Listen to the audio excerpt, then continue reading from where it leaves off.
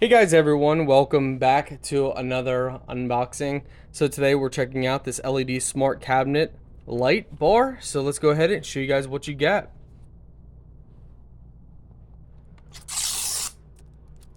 Alright guys, so this is actually a nice large style light bar. You have your motion sensor right there.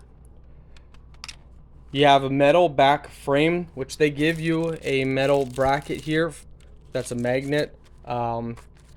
So that allows you to stick it on somewhere, if you want. You can also use double-sided tape. You have your charging port right there, so it is charged with a USB cable, Type-C cable. You also have your color and mode right there. Plug it in and it lights up red. It might light up green when it's done, I'm not sure, but we'll show you guys the effect. Alright guys, so this is it. As you guys can see, it's pure dark.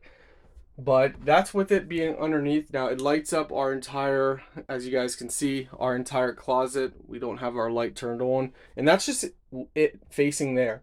We're going to mount it probably somewhere up there so it shines over. That's just one color. That's another color. And that's another color. Now there's a couple options you can set on auto. And it illuminates right there. It says auto when it's on auto. So there we go. Now it's under auto.